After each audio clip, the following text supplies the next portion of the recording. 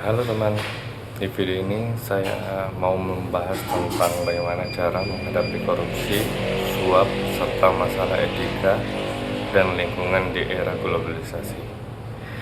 Kalau kita lihat sekarang di dunia sudah semakin terbuka, perusahaan bisnis lintas negara dengan mudah, barang dari luar negeri bisa masuk dengan cepat dan investasi asing juga semakin banyak.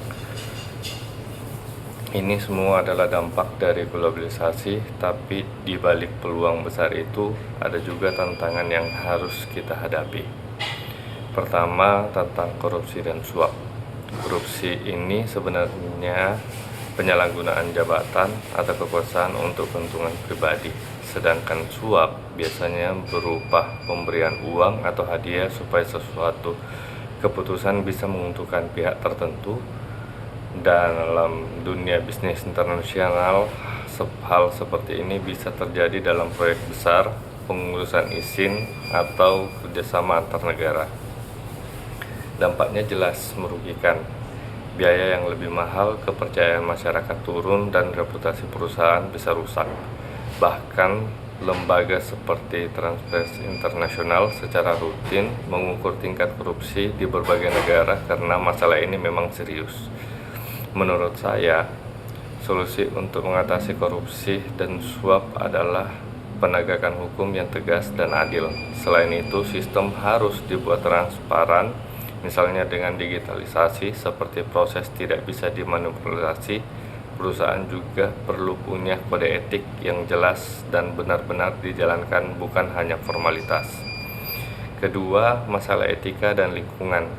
Dalam globalisasi, ada perusahaan yang mencari biaya produksi murah di negara berkembang, tapi kadang kesejahteraan pekerja kurang diperhatikan, misalnya jam kerja terlalu panjang atau upah yang tidak layak. Dari sisi lingkungan juga sama, kegiatan industri bisa menyebabkan polusi dan memperparah pemanasan global. Dunia sekarang sendiri sudah mencoba mengatasi ini lewat kesepakatan seperti Paris Agreement yang bertujuan mengurangi emisi gas rumah kaca. Menurut saya, perusahaan harus lebih bertanggung jawab, misalnya melalui program CSR yang benar-benar dijalankan. Hak pekerja harus dilindungi dan bisnis harus dijalankan dengan prinsip berkelanjutan agar tidak merusak lingkungan untuk generasi selanjutnya. Pemerintah dan perusahaan juga harus bekerja sama dalam membuat kebijakan yang tegas dan ramah lingkungan. Jadi, kesimpulannya, globalisasi sebenarnya membawa banyak manfaat, tapi tanpa pengawasan dan etika yang kuat, dampaknya bisa merugikan.